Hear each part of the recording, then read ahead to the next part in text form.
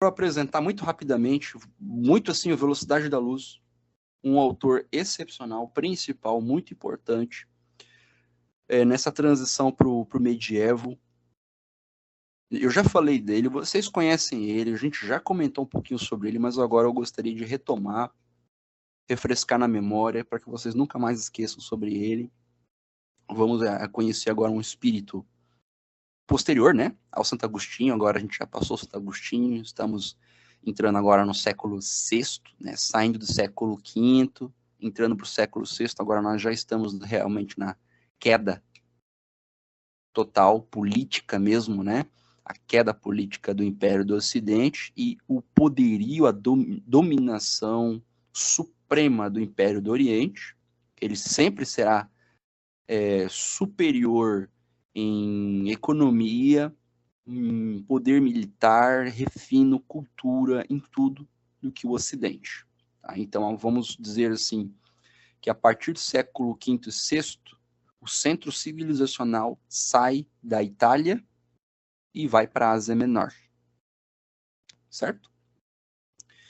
Me refiro a Boécio. Boécio, um dos maiores eruditos do seu tempo, se não o maior mesmo. Pelo menos se tem notícia e documentos, Boécio foi gigante. Gigante. Ele é chamado até pelos historiadores de um antecipador da escolástica. Uau, porque a escolástica, é interessante lembrar, a escolástica ela vem quase 1000 anos depois de Boécio. Estamos aqui na entrada do século VI, não se esqueçam que a escolástica é uma coisa surgida no século XII. Vamos colocar pelo menos uns 800 anos para frente.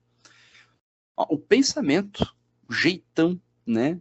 Boécio vai lembrar a escolástica, vai lembrar até o nosso querido Abelardo. Vai lembrar até o Abelardo. Anício Manlio Severino Boécio nasceu em 480, finalzinho do século V, já nesse período máximo de declínio, e vai falecer em 524. Foi magistrado, exerceu vários cargos, foi historiador e filósofo. Nasceu mesmo na Península Itálica, só que quando ele nasceu, já era o reino de Odoacro. Não era mais... Não poderíamos mais chamar de Império Romano do Ocidente, já não existia mais. O chefe de Estado era um germânico, era um bárbaro, Odoacro. Mas Odoacro, como os reis da Itália, por mais que fossem bárbaros, eles eram reis relativamente cultos e prezavam pela paz e a ordem social. Eles não eram agitadores, saqueadores, interessados em bagunça. Não. Essa é uma visão preconceituosa que herdamos. Não é assim. Odoacro não era assim. Mas ele era um desses soldados, né, romanos de carreira, que aos poucos foi subindo, né, para a política, se tornou estadista, e foi quem depôs oficialmente o último imperador romano.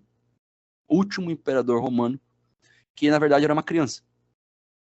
Tinha entre 10 e 11 anos de idade, que é o Romulus Augustulus. Já ouviram falar, né? Romulus Augustulus. Os nomes vão, conforme avança a decadência, é engraçado, os nomes eles vão tentando resgatar os fundadores, os deuses, os heróis, né? Uma forma assim de evocação mágica do passado. É psicologicamente acurado isso, né? Porque a nomeação de filhos tende a ter relação com a expectativa que se tem sobre os filhos. Deposto, né? botou o menino no playground e ele botou a coroa na cabeça, virou o rei do reino de Odoacro. Se torna o governante da Itália, então, de 476, que é a data limite, né, da história do Império Romano do Ocidente, até 493. Então, o reino de Odoacro é meio que considerado o primeiro reinado da Itália, fora do domínio do Império Romano, certo? Boécio foi uma figura importante, em primeiro lugar, por ser um grande tradutor para o latim dos textos clássicos. Eu já falei isso para vocês. Ele era um helenista tão bom que um dos maiores historiadores, que foi o Edward Gibbon, considerou que talvez ele tivesse estudado com os gregos em Atenas, ou então com gregos em Alexandria. O seu projeto de vida era traduzir todo o corpo de obras platônicas e depois todo o corpo de obras aristotélicas. Infelizmente, ele não conseguiu concluir esse projeto, só parte dele, e eu vou falar o porquê ele não conseguiu. Mas, graças a isso, a esse trabalho de tradução dele, que as obras de Platão e Aristóteles sobreviveram até a escolástica. Cara, foi importante. Tá? Muito bem. Ele foi o primeiro tradutor para o latim do Organon de Aristóteles. Foi o primeiro tradutor do Organon de Aristóteles, e ele deixou obras também sobre aritmética, geometria e teoria musical. E ele batizou... É aqui que fica mais interessante. Vocês perceberam? Olha os interesses dele. Matemática, música, geometria. Então, ele foi quem batizou o quadrivium. As 4 artes, né, liberais da matéria, né, o quadrivium, que seria assim o substrato científico do período mais fecundo da Idade Média que a gente já estudou, né, a gente já deu uma lida aí em trabalhos anteriores, que é o período da escolástica. Vocês leram num capítulo do livro que eu mandei para vocês, né, sobre o nascimento dos intelectuais, as cidades, o início do humanismo, né, os primeiros passos da Idade Moderna. Até ali o quadrivium reinou, o trivium e o quadrivium. Então o quadrivium foi uma sistematização do Boécio. Claro que o trivium ele desenvolveu, aprimorou também, mas ele já pegou muita coisa já feita, né? Mas o quadrivium é mais da mão dele, tá? É mais da mão dele. Ele é citado às vezes como um mártir cristão, e isso cria controvérsia até hoje. Nós temos biógrafos que vão dizer que Boécio era pagão, cristão apenas por convenção, porque precisava. Outros dirão que não, Boécio era cristão. Mas que, pro final da vida, essa fé dele foi decaindo um pouco, não ficou tão em evidência. Né? Eu, na minha opinião, eu me inclino para o pagão. Né? Eu acho que cristão é uma questão política externa, mas que na intimidade ele se mantinha fiel ao mundo antigo. Ele era apaixonadíssimo pelos gregos. Demais da conta. E quando o cara é assim, não dá certo esse papo de cristão. Nunca dá certo. Vocês já perceberam que isso aí é só da boca para fora. Né? Então, dá pra gente ser um pouco mais honesto aqui. Mas eu já vou explicar o porquê que surgiu esse problema. Bom, o ponto é que cristianismo, isso é importante citar, não aparece na obra do Boécio. Boécio não fala em Cristo, Deus, ó Pai, que nem Santo Agostinho, né? Embora Boécio seja colocado num par de grandes intelectuais do seu tempo, ele é sempre apresentado ao lado de outra grande mente, que eu já falei dele para vocês também, que já estudou no livro, na introdução da Miriam Joseph. Outro grande erudito, só que mais do mundo oriental, né? O Boécio ele vai ficar no Ocidente, este vai ficar no Oriente, que é o Cassiodoro. Cassiodoro. Ele é chamado de Flávio, né? Flávio Cassiodoro, porque ele nasceu com o nome Flávio, mas depois ele adotou Magno. Depois ele adotou o nome de Magno, Cassiodoro. Cassiodoro, ele também foi magistrado e ele foi o sucessor de Boécio. E ele foi, com o passar dos anos, ele era um pouco mais novo, com o passar dos anos, ele foi rivalizando com o Boécio. Sabe aquela coisa, né? Juiz não gosta de juiz. Promotor não gosta de promotor. Advogado não gosta de advogado. Isso sempre foi assim. Magistrados não costumam ser muito amigos, especialmente quando estão disputando o mesmo cargo. O Cassiodoro, não, ele era cristão, tanto que ele abriu a própria escola meio filosófica, meio teológica, que depois vai ficar mística. Ele vai abrir, que é o Vivarium. Escola, o Vivarium. Ele era cristão roxo. Cristão roxo. Então eles são bem diferentes. O Cassiodoro foi também classicista, mas aquela classicista tipo Clemente, assim, né? Eu vou estudar os antigos para meter pau. Para dizer que eles são os loucos, né? Maníaco, e que o cristianismo é bem melhor. Ele já serviu o próximo rei italiano, esteve sob ordens do próximo rei, que é o Teodorico. Primeiro veio o Odoacro, depois veio o Teodorico. Teodorico é, então, no reino já ostrogótico. Vai ser chamado reino ostrogótico, o reino de Teodorico. O Cassiodoro foi neoplatônico, como todo mundo, né? Estudou Plotino, sempre.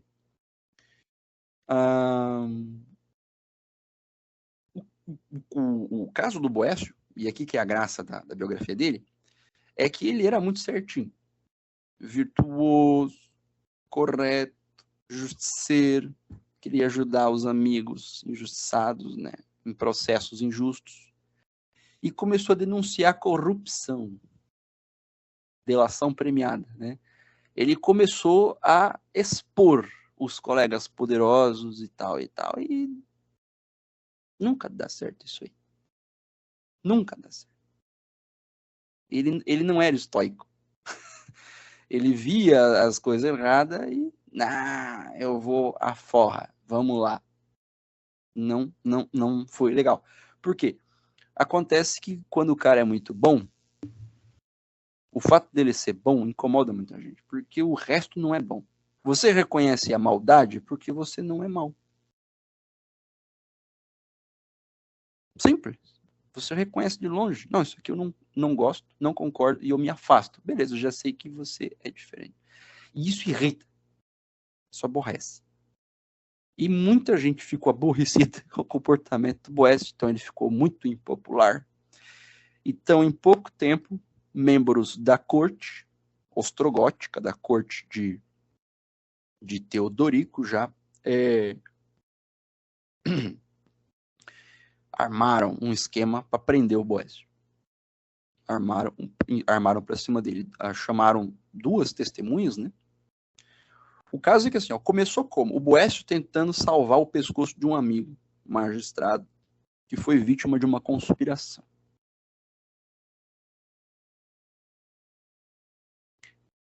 Tentando inocentar o amigo, ele foi implicado junto. Entendeu? Não, você é cúmplice, tá defendendo o cara, você é cúmplice. Pegaram o Boécio. Foi preso pela uma denúncia sem provas, de 3 adversários, também magistrados. E rapidamente, e assim, a denúncia era por traição e aquela velha história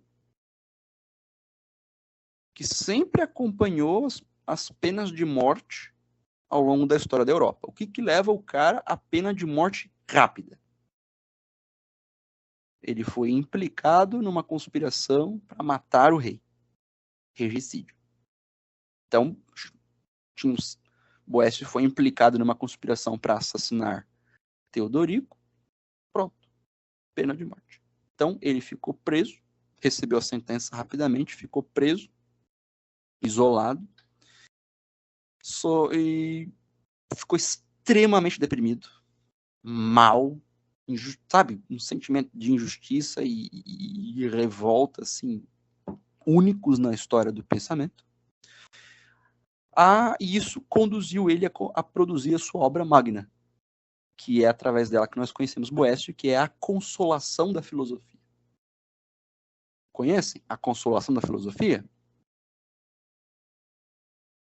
Comprem, tenham, leiam, devagar para saborear, porque o negócio é finíssimo, é lindo, é espetacular. A consolação da filosofia. Boécio escreveu enquanto preso, aguardando a morte chegar. Mas espera aí, tem mais.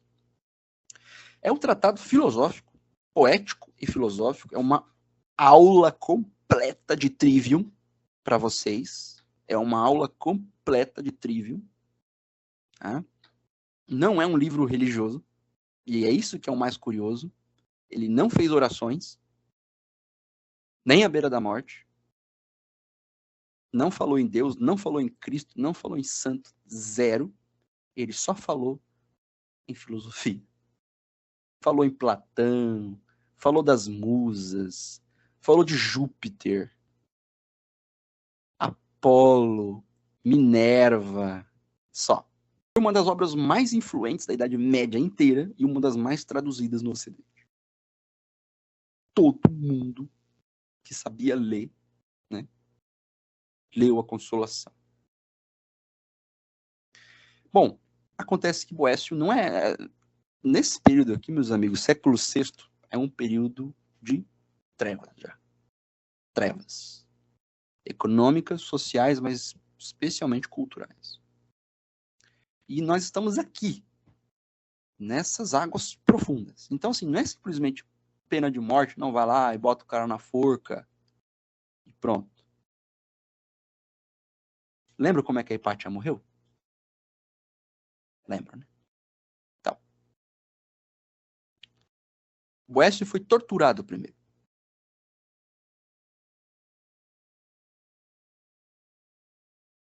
Alguns dizem que ele foi apenas decapitado. Alguns dizem que ele foi esfolado. Outros que ele foi espancado até a morte. Qual é a descrição clássica da morte de Boécio? Que eu já vi em vários livros e que eu acho que seja a mais apropriada.